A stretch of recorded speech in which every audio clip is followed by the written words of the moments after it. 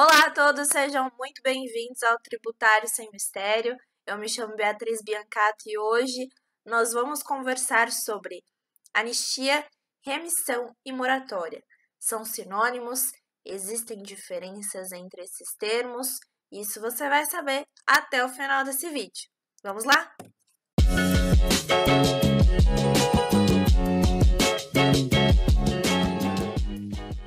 Bom, então vamos descobrir se existem ou não diferenças entre esses três termos: anistia, remissão e moratória, tá? Vou dar um spoiler já de início e vamos distinguir, do que se trata esses três termos. Então, já de antemão, já de spoiler, de cara, já vou falar para vocês a principal diferença entre eles. Moratória é hipótese de suspensão da exigibilidade do crédito tributário. A anistia é uma hipótese de exclusão, do crédito tributário. E a remissão é uma hipótese de extinção do crédito tributário. Tudo bem? Agora vamos, falar detalhadamente de cada um para a gente entender o que é isso, Não adianta saber que é a hipótese de suspensão, de exclusão, de extinção e não saber o que significa. Então, vamos começar pela moratória, tá? A moratória é uma hipótese de suspensão da exigibilidade do crédito tributário. Ela está prevista lá no rol do 151 do Código Tributário Nacional, E especificamente, no artigo 152 do CTN. Tá? O que é a moratória? A moratória nada mais é do que uma dilação de prazo para o pagamento do tributo. Ou seja, o tributo vence no prazo X. Essa moratória vai permitir que o tributo vença no dia Y, um prazo superior àquele originalmente definido, tá bom? Então, essa concessão pode acontecer antes do prazo vencer, durante o prazo ou até depois de vencido o tributo, tá? Mas por que cargas d'água, o direito público, o poder público faria isso, Dá mais um tempinho para pagar o tributo. Qual é a intenção? Qual seria o motivo, o fundamento, A moratória ela é concedida em casos específicos, tá? Determinados segmentos econômicos. Então, por exemplo, determinado setor da economia que está em grande crise financeira, o poder público vai lá e confere aí esse prazo maior para pagamento do tributo. Então, uma determinada calamidade, são situações específicas, tá? Com isso, você pode perceber que não existe um litígio, não há um conflito de interesses, mas apenas uma tolerância, por parte do fisco, que vai dar um prazo maior para aquele contribuinte pagar o tributo, tá bom? Essa moratória, ela pode ser de duas espécies. Ou ela é geral, ou ela é individual. Qual a diferença? A geral é, por exemplo, a lei lá da moratória diz que determinada região tem até o dia tal para pagar determinado tributo. Individual seria, por exemplo, aquela calamidade de Brumadinho, Então, as pessoas que sofreram aquele acidente, passaram por aquela situação, tem um prazo diferenciado devido, à situação que se encontram para pagar os seus tributos, tá? Por que individual? Porque as pessoas daquela região, que sofreram aquele incidente, vão comprovar especificamente cada um que elas atendem aqueles critérios que ficou estipulado, Então,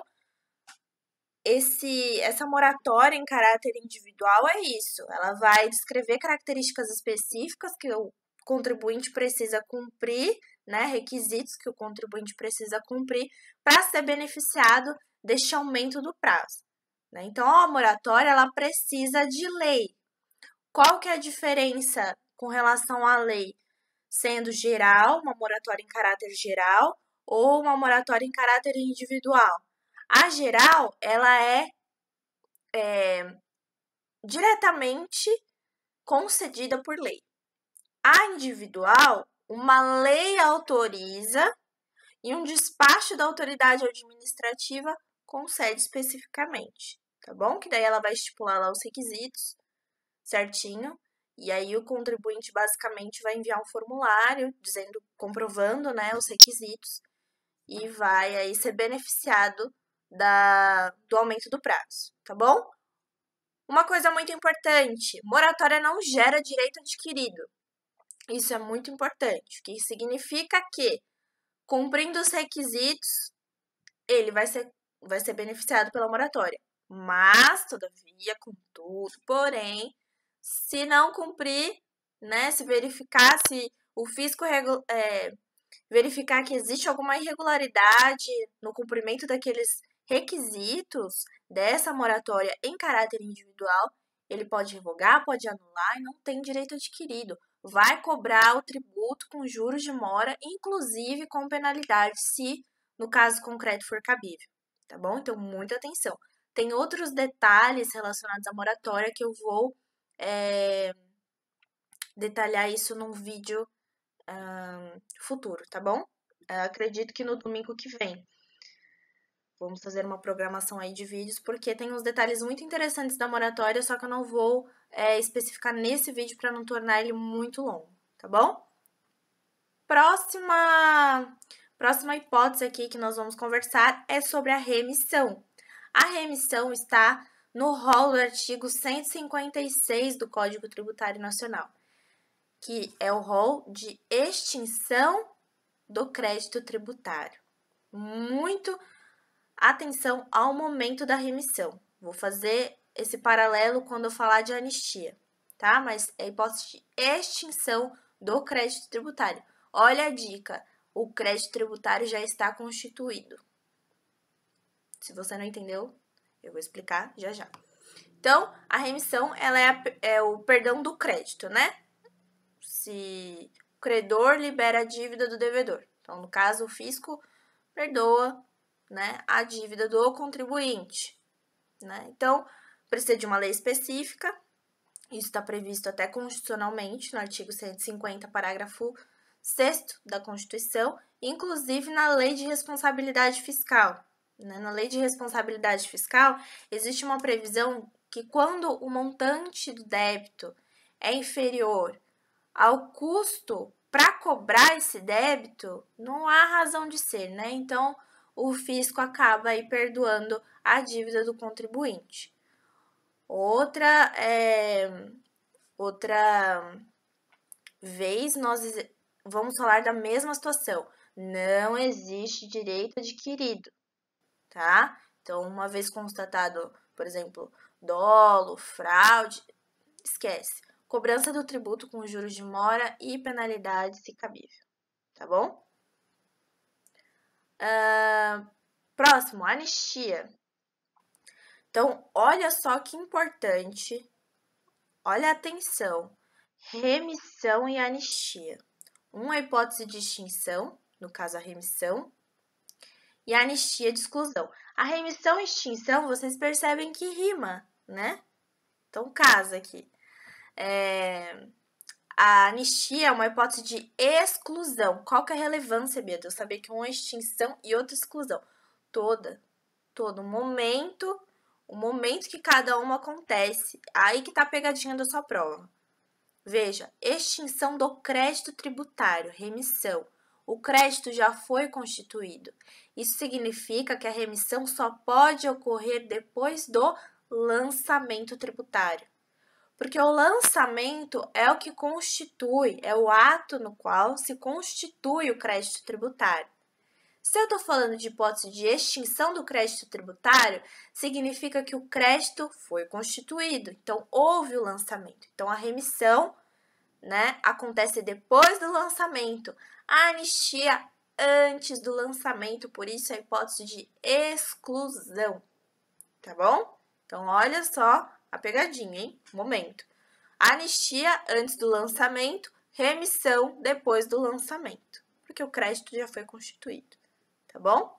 Então, a anistia, a mesma coisa que a moratória, ela pode ser concedida em caráter geral ou não é individual como a gente fala na moratória, mas limitado. A gente fala na anistia caráter geral ou limitado, tá? Isso está previsto lá no artigo 181 do Código Tributário Nacional.